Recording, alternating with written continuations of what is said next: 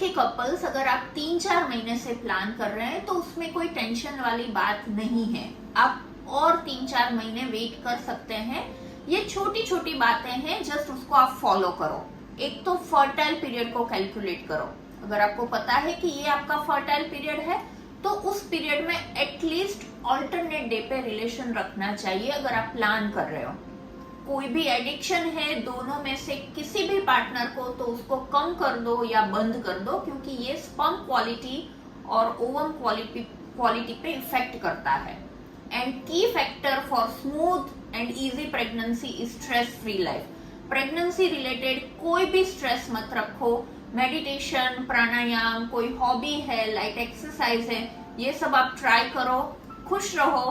Pregnancy naturally conceive हो जाएगी। अगर 3-4 महीने के बाद नहीं हो रही तो अपने डॉक्टर को कंसल्ट करो।